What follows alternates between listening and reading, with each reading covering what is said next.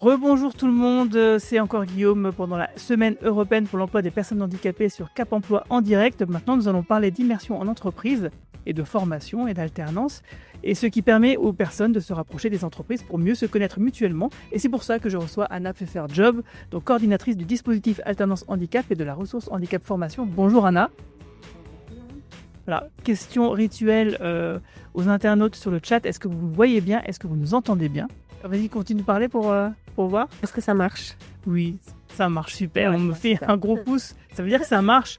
Mais on aimerait quand même avoir un petit retour des gens sur le chat pour nous dire s'ils nous entendent bien, s'ils nous voient bien, ou en tout cas s'ils sont contents de nous voir. Parce que nous, en tout cas, on est contents d'être là.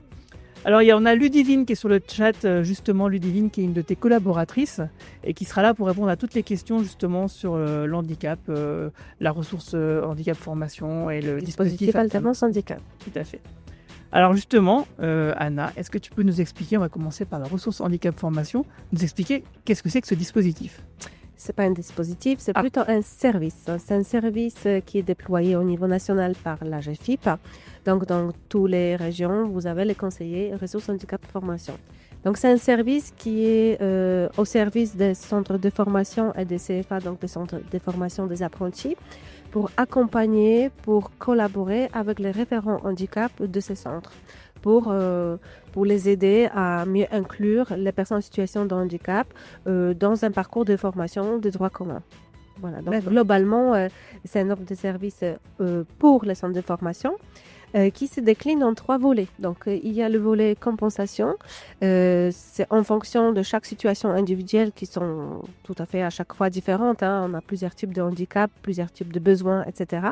Donc, on accompagne les référents handicap pour organiser les réunions concertées avec les personnes qui ont besoin d'aménagement. Pour construire un plan d'adaptation et mettre en place les aménagements nécessaires en place au centre de formation. Donc là, on intervient vraiment à partir de situations individuelles en fonction des besoins individuels de chacun. Donc ça, c'est le premier volet. Le deuxième volet, c'est accessibilité généralisée. Donc, on accompagne les centres de formation dans la démarche de progrès. En fait, on les invite à faire une auto-évaluation, faire un état des lieux, en fait, où ils en sont aujourd'hui avec l'inclusion des personnes en situation de handicap en formation. Pour par la suite déterminer un plan de progrès. Donc, ils vont choisir 2-3 petits items pour améliorer ça dans une durée de 3 mois, 6 mois ou 1 an. Voilà. Donc ça, c'est accessibilité. Et le troisième volet, c'est professionnalisation des acteurs de la formation. Donc, il y a tout un panel de formation, de auto-formation, de petites capsules vidéo qui sont mises à disposition par la GFIP pour former justement le personnel qui est en lien avec la formation pour l'inclusion des personnes en situation de handicap. C'est marrant parce que c'est ce qu'on disait justement avec les invités précédentes il n'y a pas un quart d'heure. D'accord. On parlait de ça, donc je ne veux pas développer. Non, mais c'est très bien comme ça, voilà. il y a un vrai lien. On voit que, en fait, j'ai bien travaillé le cheminement de mes émissions, elles sont tout à fait logiques. D'ailleurs, justement, souvenez-vous, l'année dernière, donc vous pourrez trouver le replay sur YouTube et je crois même peut-être sur Twitch dans les vidéos, dans les temps forts. Ludivine, justement, ta collaboratrice, était à ta place l'année dernière pour nous parler justement, nous détailler la ressource handicap formation. On avait aussi diffusé 2 reportages de témoignages qui avaient été faits à ce moment-là. Donc, je vous invite, si vous voulez en savoir plus, d'aller sur notre YouTube, le YouTube de Cap Emploi 57, voilà, pour en voir un peu plus. Est-ce que tu peux nous parler un petit peu de toi et de ton parcours? Comment tu es arrivé à travailler justement pour la ressource handicap formation et le dispositif alternance handicap? Parce que j'aime bien connaître un peu les gens, tu vois, et que les gens connaissent un peu les gens. Et d'ailleurs, je vois il y a Capitaine Garen qui vient nous rejoindre sur le chat. Bonjour, Capitaine. Voilà, donc Anna, comment t'en es arrivée là? En fait, j'ai obtenu un diplôme en ingénierie de formation dans le passé et j'ai travaillé dans un centre de réadaptation professionnelle à Alpha-Plainville. Voilà, donc c'était mes débuts, mais plutôt en fonction avec la formation. Donc c'est pour ça aujourd'hui Oui, RHF aussi t'étais en ouais. lien avec la formation, mais aussi avec les personnes en situation de handicap. Donc c'était déjà les formations qui étaient adaptées. Et par la suite, voilà, je suis arrivée à Pyramide Est pour occuper le poste de la ressource handicap formation. Voilà. OK. Bon, Donc, il y a l'expérience dans le monde de handicap, mais en même temps, l'expérience dans le monde de la formation. Donc, les 2 maintenant se croisent. ouais, donc du coup, tu étais la personne idéale pour occuper ce Oh, poste. je ne sais Voilà. pas, mais Ah, si on va dire ne pas de fausse qui modestie. Ouais. correspondait un tout petit peu peut-être au profil. Oui, donc Oggy a mis dans le chat, le lien vers la vidéo, YouTube dont je parlais, donc merci Oggy. Donc n'hésitez pas à aller le voir, mais après qu'on ait terminé le live, hein, quand même, Mmh. ça serait bien. Continuer à nous regarder avant. Est-ce que, ouais, alors déjà nous dire, à quel public de bénéficiaires est adressé le dispositif Alternance Handicap et en gros, en fait, à quoi il sert? D'accord, donc on passe maintenant à un autre dispositif. Voilà. J'ai fait la présentation de la ressource handicap formation, où on accompagne vraiment les centres de formation et pas les bénéficiaires. Et le dispositif alternance handicap, c'est un dispositif qui est déployé au niveau régional par la GFIP, voilà, qui se compose de 3 prestations. Le public, concerné, ce sont les personnes, en situation de handicap qui ont un projet de formation via alternance. Donc ça peut être un contrat d'apprentissage ou contrat de professionnalisation. Donc la ressource handicap formation, c'était aussi le contrat d'apprentissage et contrat de professionnalisation, mais aussi la formation continue. Là, nous sommes plus du tout dans le même contexte. Voilà. Donc, les prescripteurs, qui peut nous solliciter en tant que DAH, dispositif alternance handicap, ce sont les opérateurs, de services publics de l'emploi, donc la France Travail, Cap Emploi, les missions locales.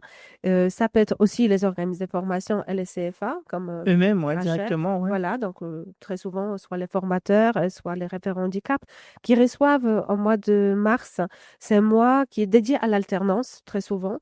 Donc les centres de formation, ils organisent, les portes ouvertes et ils reçoivent déjà le public qui est intéressé pour la rentrée de septembre et c'est le premier contact déjà avec les référents handicap des personnes en situation de handicap. Donc ça, on commence déjà la collaboration, on va dire, au printemps de chaque année.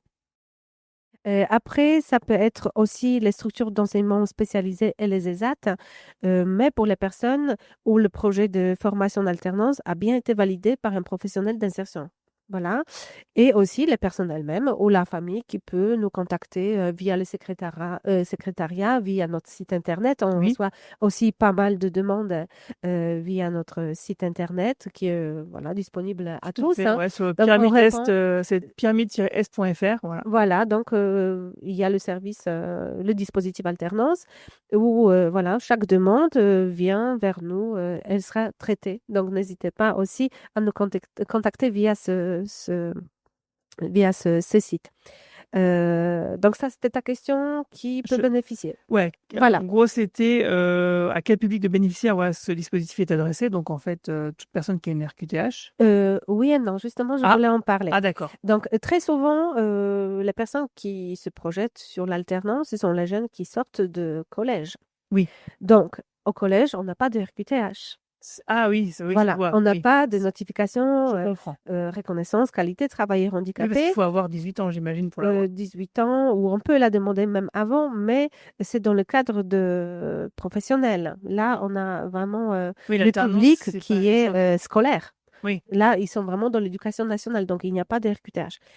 Mais par contre, on peut accompagner le public, qui a déjà la AEEH, PPS ou la PCH. Qu'est-ce que c'est? PPS, par exemple, c'est un projet personnalisé de scolarisation. Ouais, d'accord. Donc, c'est aussi une notification qui a été délivrée par la MDPH. Donc, en fait, En fait, c'est la RQTH, mais pour les jeunes, on va les dire. jeunes, Voilà. Donc, si quelqu'un pour a les mineurs. l'une des 3 notifications que je viens de citer, par exemple, la AEH, c'est allocation enfant en situation de handicap, handicapé. Donc ça, on n'a pas besoin de RQTH.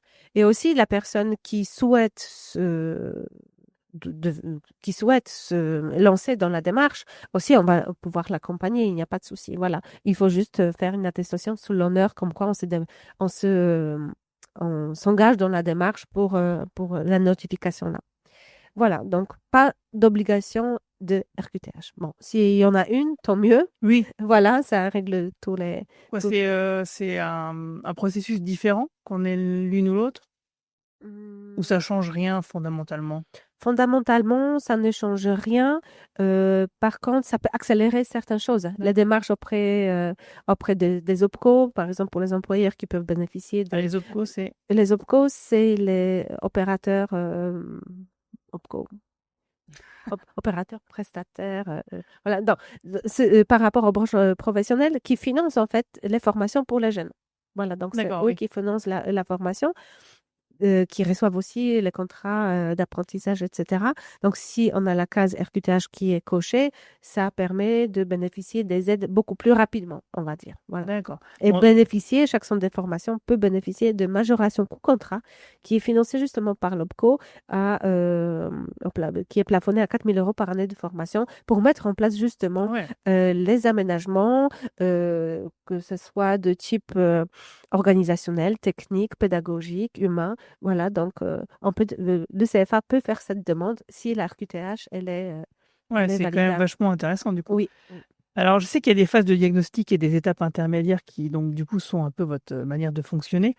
Quelles sont ces phases et étapes et à quoi elles servent, en fait? Alors, donc, comme je dis tout au début, donc, dispositif alternance handicap est constitué de 3 prestations. Donc, la prestation 1, c'est vraiment diagnostic des besoins, où on va évaluer la faisabilité de projet. C'est-à-dire, vous rencontrez la On personne. rencontre la personne, on organise un entretien et on évalue en fait, comment dire, la correspondance entre les exigences de la formation et les capacités de la personne pour qu'il n'y ait pas d'échec, Oui, voilà, de voilà. rupture de contrat tout de suite. Donc, on analyse quand même le niveau comment dire, c'est les prérequis en fait. Voilà, et la capacité de la personne, mais aussi en fonction de ses problématiques de santé. Voilà, par rapport à ces pathologies, est-ce que le projet est vraiment faisable et réalisable pour éviter justement les échecs? Donc ça, c'est la prestation 1. Donc là, on va justement identifier le niveau de maîtrise des prérequis. Voilà, je vais dire ça comme ça. La deuxième prestation, c'est préparation à l'accès au parcours de formation en alternance. Donc là, on va plutôt entrer en contact avec le centre de formation. On peut organiser aussi les immersions au centre de formation. Par exemple, une journée, on a accompagné une personne, par exemple, au CFA hôtelier qui voulait préparer un CAP cuisine. Donc, on a organisé une journée d'immersion au CFA pour qu'elle Trop bien. découvre comment ça se déroule une journée au CFA, en atelier, en cours théorique, etc.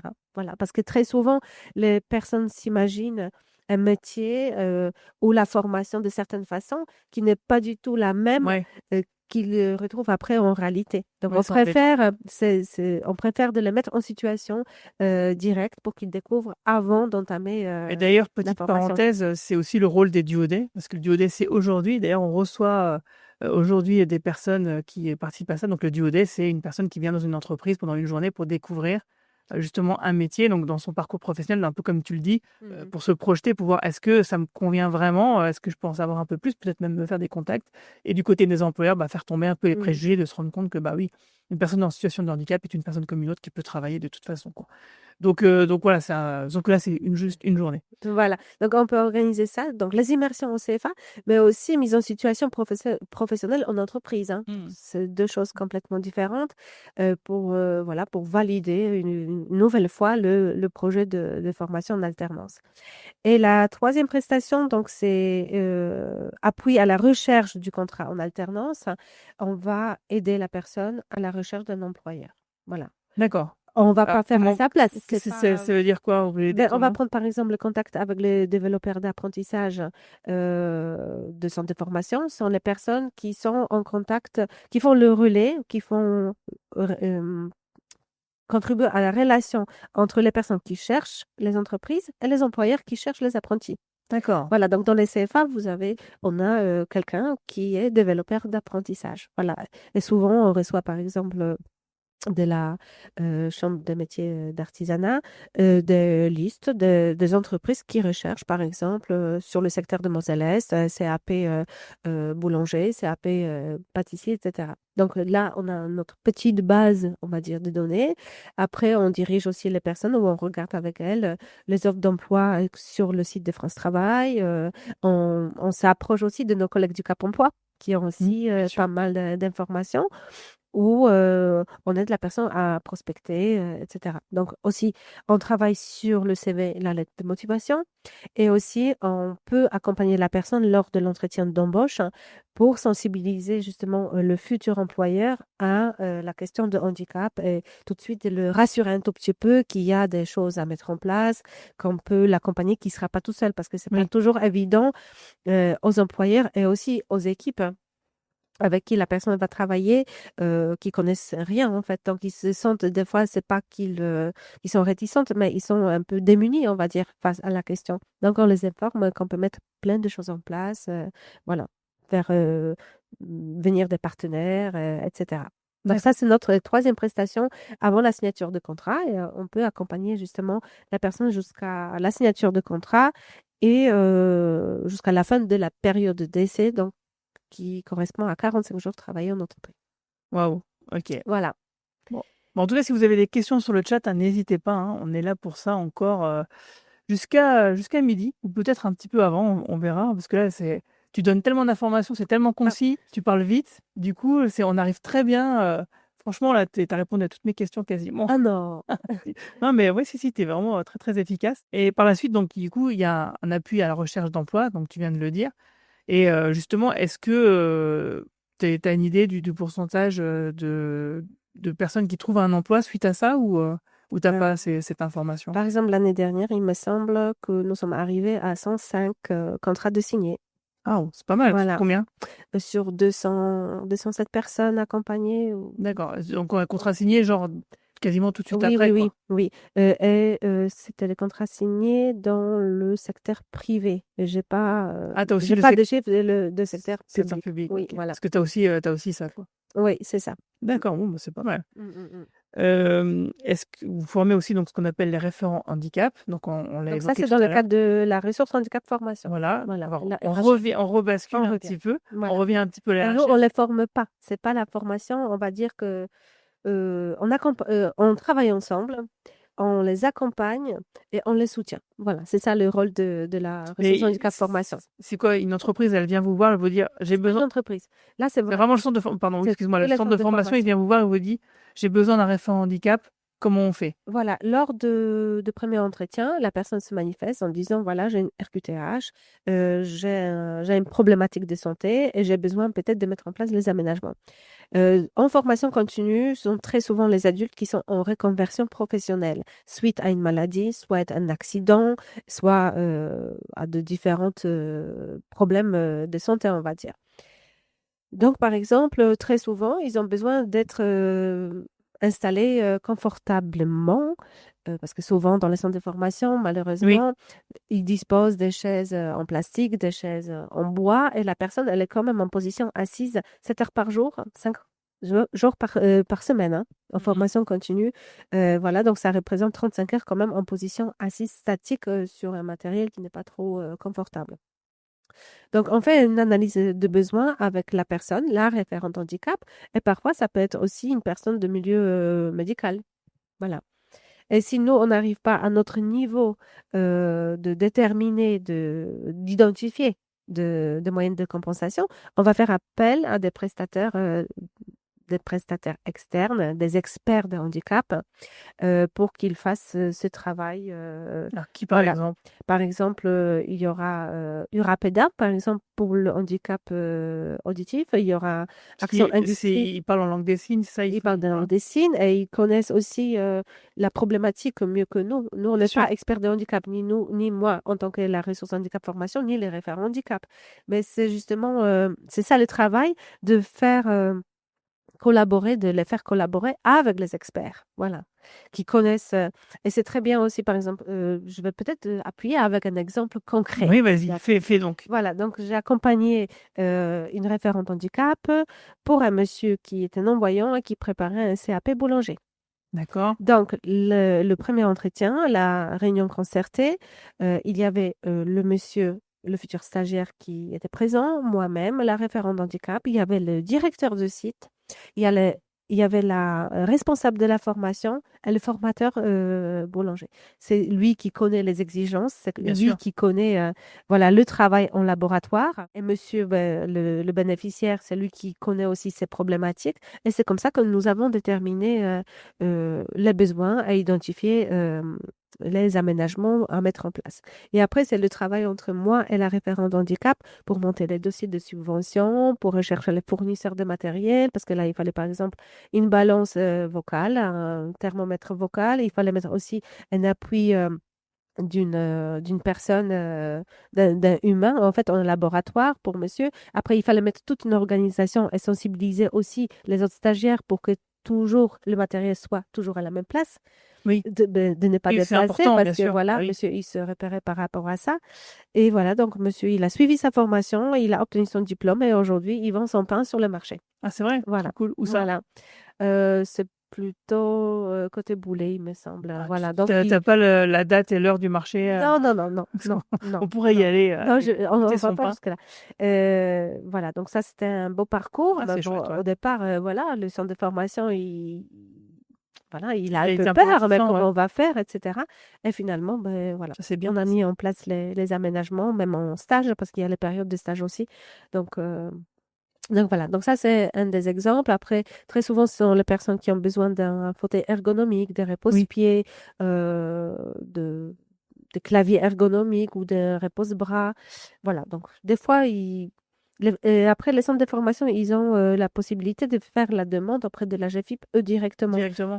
Voilà, donc D'accord. quand la personne, elle part, elle a terminé sa formation, ils ont déjà un petit parc de matériel qui peut servir aux personnes Plusieurs qui vont fois. arriver par la suite. Voilà. C'est vrai qu'on l'avait vu dans le reportage qu'on avait diffusé l'année dernière, donc dans le replay avec Ludivine, d'une personne qui suivait bon, tout un tas de choses. Mais C'était une formation, il me semble, préparatrice en ouais, c'est ça, en pharmacie. pharmacie, ouais. Voilà. Et en fait, elle avait effectivement, alors il y avait des choses par rapport à son métier de pharmacienne, quelque chose pour soulever un peu les choses dans un évier à nettoyer. Mais surtout, effectivement, comme tu le dis, elle avait un siège ergonomique qui lui permettait de suivre les cours théoriques en salle de classe. Voilà, et ces sièges, ils sont, comment dire, un peu réglables hein, par Ils sont rapport réglables, à tout la à fait. morphologie La de la personne, ouais. personne, par rapport à sa pathologie, par rapport à ses besoins. Donc, le fauteuil, il reste quand la personne, elle est par exemple en stage ou en apprentissage, c'est bien mis de côté pour que personne d'autre Et l'utilise, qu'on n'ait que pas déréglé. tout à fait. Voilà.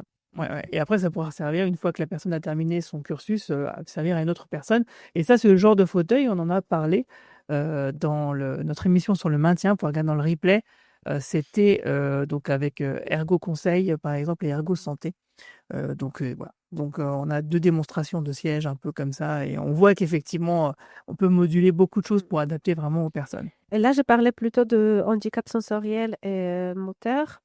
Mais par exemple, dans les CFA, les jeunes apprentis, le ils représentent le plus des troubles cognitifs. Donc D'accord. on va parler des troubles 10 en général ou les problèmes, les troubles du spectre autistique aussi.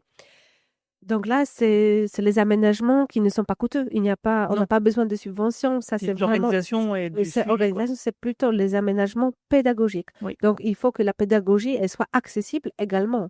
Donc on va, par exemple, agrandir les supports pédagogiques, on va Faire aérer facile à lire et à comprendre peut-être? exactement, on va aérer les textes, on va faire les cartes mentales. C'est vraiment une autre façon de travailler qui s'avère après bénéfique à tous les apprentis, hein, parce que nous avons les référents d'handicap qui ont mis en place justement les cartes mentales dans un cours de mathématiques, hein. Ben, après le cours qu'elles ont proposé à tous, hein, ben, elles ont obtenu de Meilleur super résultat. résultats de tout le monde, hein. Donc, C'est quoi alors? Tu peux nous décrire ce que c'est qu'une la carte carte mentale? mentale, Ouais. ce sont des idées. En fait, il y a une idée, après d'une idée, il y a une autre Quand tu idée dis qui ça va sur un tableau, par exemple? non, non, on peut le faire de façon, à la main. C'est vraiment une idée et de cette idée, il y a une autre. C'est vraiment, une autre façon de présenter l'information. C'est structuré. C'est pas un texte. C'est pas un texte linéaire où on explique les choses, c'est vraiment d'une idée par une idée et c'est comme ça qu'on travaille le cas. Mais c'est quelque chose que tu écris? Oui, oui, oui. Par D'accord, exemple, je sais pas, je veux dire pyramides, après je peux faire un lien avec Cap d'accord, et je vais d'accord. mettre axe 1, axe 2. OK, Mais bon, comme ça une arborescence un oui, peu, oui, ouais, c'est d'où ça. l'idée de carte mentale. Bah, Oui, dans le replay, je mettrai une image, de cartes de mentales. carte mentale Il y pour a qu'on plusieurs ouais, sortes, de cartes mentales, hein, vraiment. OK, Ils sont bon, adaptables, en fonction des besoins, je pense, enfin, en fonction de matière aussi. Voilà, donc ça, c'est une, des possibilités. Voilà, par rapport à la pédagogie ouais, c'est et on peut intéressant. mettre aussi en place le soutien spécifique, hein. Donc il y a les CFA qui embauchent, même les personnes, on les appelle, pas AVS aujourd'hui, mais assistantes, qui sont mutualisées, on va dire, dans une classe, il y a par exemple 8 personnes avec les problématiques, hein, avec les troubles 10. Donc la personne-là, elle va se déplacer tout au long du cours D'accord. pour voir chacun, pour voir est-ce qu'il y a des problématiques, est-ce qu'il faut expliquer quelque chose, reprendre les notes, et cetera. Voilà. OK, bon, bah, merci. Là, je vois qu'on a eu un petit raid de Talentéo, merci, Talentéo, pour ça et on va se faire une petite pause parce qu'on va regarder donc une diffusion de 2 témoignages, sur, l'agriculture, l'handicap dans l'agriculture, donc et des reportages qui avaient été faits déjà il y a quelques années, avec, on verra donc ton l'ancienne coordinatrice, de la RHF et du DAH, pendant ce reportage. Donc, bah, Ogui, tu peux lancer ce petit témoignage et puis après on reviendra.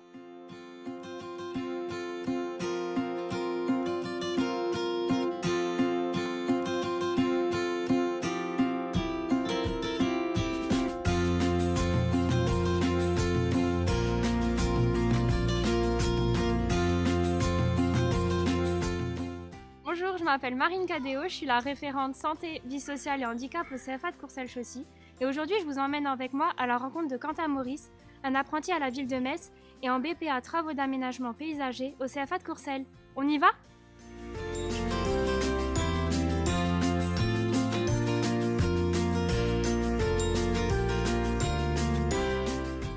Bonjour, je m'appelle Quentin, j'ai 22 ans, je suis apprenti à la ville de Metz et étudiant à Courcelles-Chaussy. C'est ma troisième année que je fais ici. J'ai fait 2 ans de CAP à la ville et là je fais un PPA TAP aussi en alternance à la ville de Metz. Et j'ai la chance de pouvoir d'avoir signé un deuxième contrat ici à la ville et c'est un honneur. Et j'ai la chance de pouvoir te tourner dans les équipes de faire plusieurs modes de travail et j'apprends énormément de choses.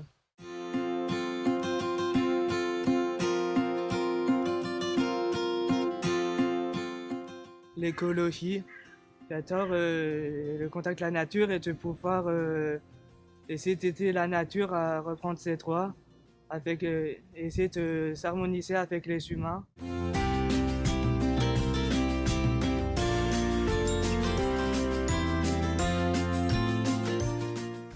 Déjà, on arrive au hangar pour nous préparer, mettre nos EPI.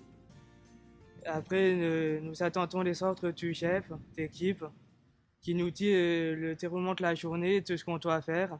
Souvent, là, on rentre tout doucement dans l'automne et nous pouvons ramasser les feuilles, ouais, de la taille manuelle et mécanique.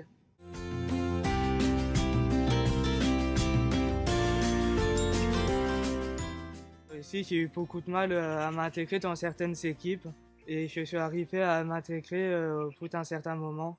Maintenant, ça va mieux. Je suis optimiste et c'est comme ça que j'arrive à m'en sortir et à garder tête haute et à arriver à faire ce que je veux.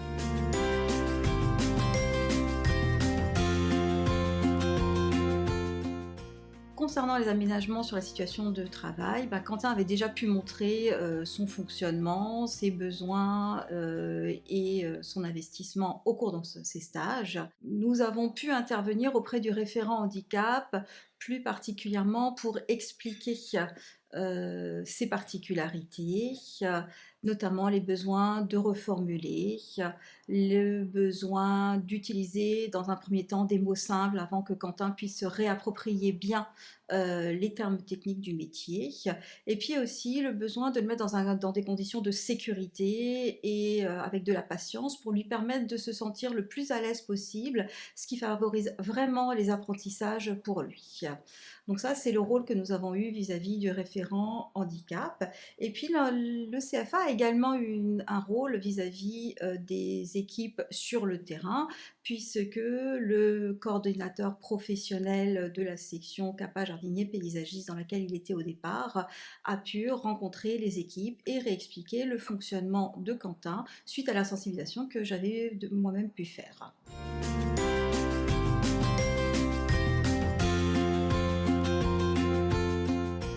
Donc je suis monsieur Rayet, responsable du secteur de Manille et en même temps maître d'apprentissage. Et puis donc on a une équipe de 8 personnes qu'on gère et on fait l'entretien de tout le secteur de Manille.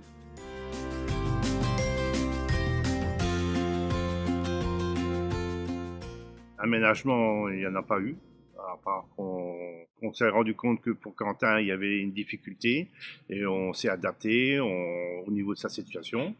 Au niveau de l'équipe, bon bah ça passe, hein, il s'est bien adapté avec, il s'intéresse, on voit vraiment qu'il a envie du métier et il pose beaucoup de questions, il coupe des plantes, il ramasse des herbes, il demande au niveau de la plante c'est quoi, et ça il a vraiment envie de travailler dans ce métier-là.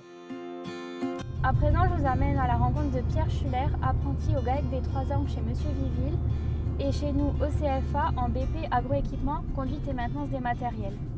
On y va ?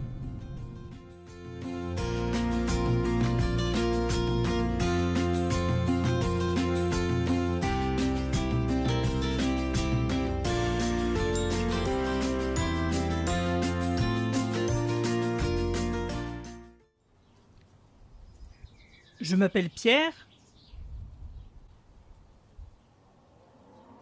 Je suis actuellement au sein de cette ferme en apprentissage depuis 2 ans. J'ai obtenu mon CAP.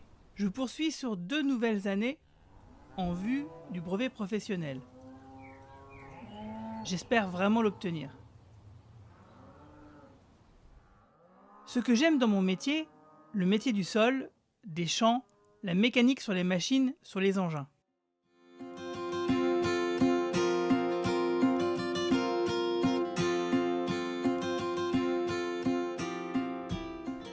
Tout au long de la journée, j'ai beaucoup d'activités multiples.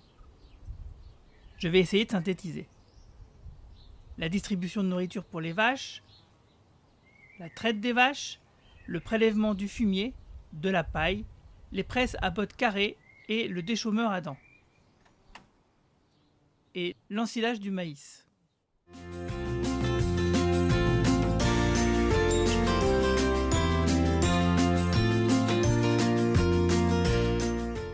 Je n'ai pas eu de grandes difficultés, sinon quelques rares détails tels que, au niveau de la communication, il est arrivé que je passe à côté d'informations. Puis, l'usage du téléphone portable est devenu un support pour le passage à l'écrit. Au début, mes échanges avec mon patron étaient un peu difficiles et demandaient du temps pour passer vers l'écrit. Et au fil du temps, ça s'est transformé vers le mime, puis la mise en place de codes pour repérer les tâches, les emplacements. Ça s'est fait naturellement.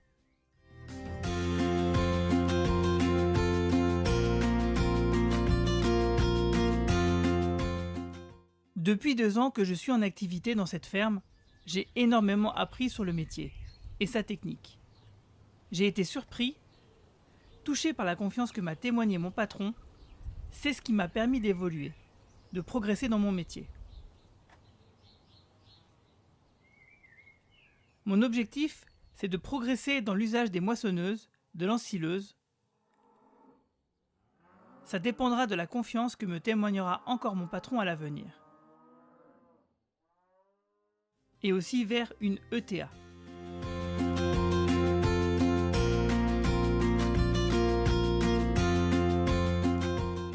Pierre arrivait un jour avec sa voiture. Je me disais, tiens, qu'est-ce que c'est de la personne là qui arrive? Il avait une feuille, écrit dessus qui se présentait, et Pierre qui était sourd-muet et qu'il cherchait un maître d'apprentissage. Alors, je suis un peu tombé des nues, j'ai dit mais qui c'est qui t'envoie? Personne, il est venu, CFA lui avait dit, donner l'adresse, et puis, mais moi j'avais aucune capacité de prendre un sourd-muet, je ne pensais pas pouvoir m'adapter avec un sourd-muet. Je lui ai dit, si tu veux, on peut prendre en essai, voire une semaine, qu'on puisse.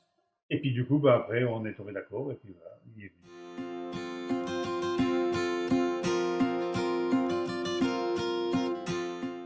Les aménagements au niveau technique, il n'y en a pas eu. On n'a pas fait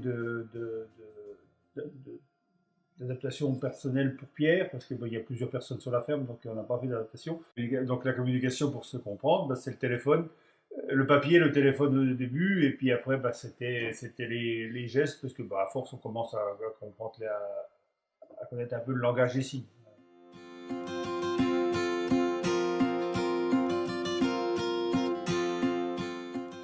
Très bien, les dames sont venues, parce que quand Pierre a décidé de faire la semaine, je voulais que Pierre comprenne très bien ce qu'on en voulait de lui et ce qu'il voulait de moi. Et donc les gens sont venus et ça s'est très bien passé, ils se sont occupés de tout, très très sympathique. Pierre, ça va très très bien, il travaille très bien et demain il se demanderait de s'embaucher, je l'embaucherai de tout cœur parce que il s'entend bien sur la ferme avec mon fils et moi et ça va bien, il travaille bien.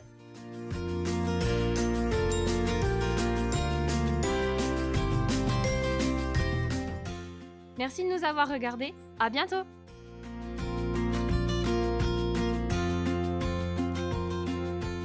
Super petit reportage. On fait un petit coucou à Marine, que tu connais bien. Et justement, tu voulais recontextualiser un petit peu cette vidéo? Oui, il me semble que ces témoignages, ils ont été filmés pour les présenter parce que au maître d'apprentissage, parce que le CFA Courcelles-Chaussy, chaque année, ils organisent une journée ou une demi-journée pour inviter les maîtres d'apprentissage et parler de leurs droits, de leurs obligations et aussi de la question de handicap. Donc, il y a aussi les fournisseurs qui présentent un peu le matériel. Par exemple, l'Accès 2, ils étaient présents aussi. Le maintien de Cap Emploi. Voilà, le maintien pour présenter les aménagements qu'on peut mettre en place, etc.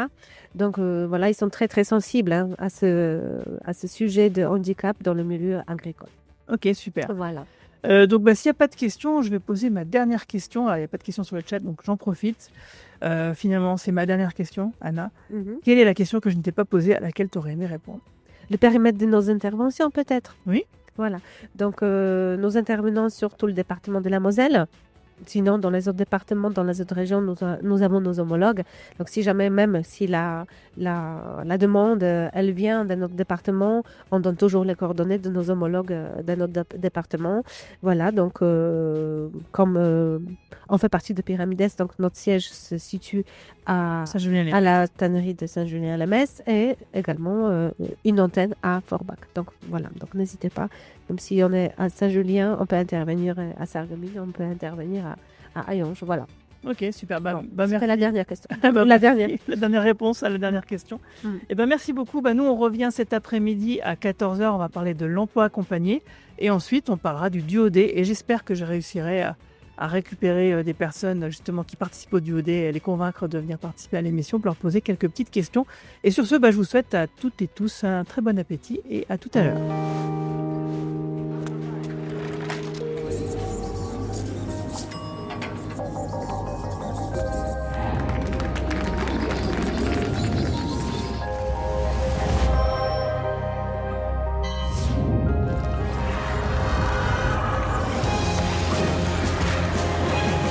Le regard des autres ne devrait jamais être un handicap à l'évolution professionnelle.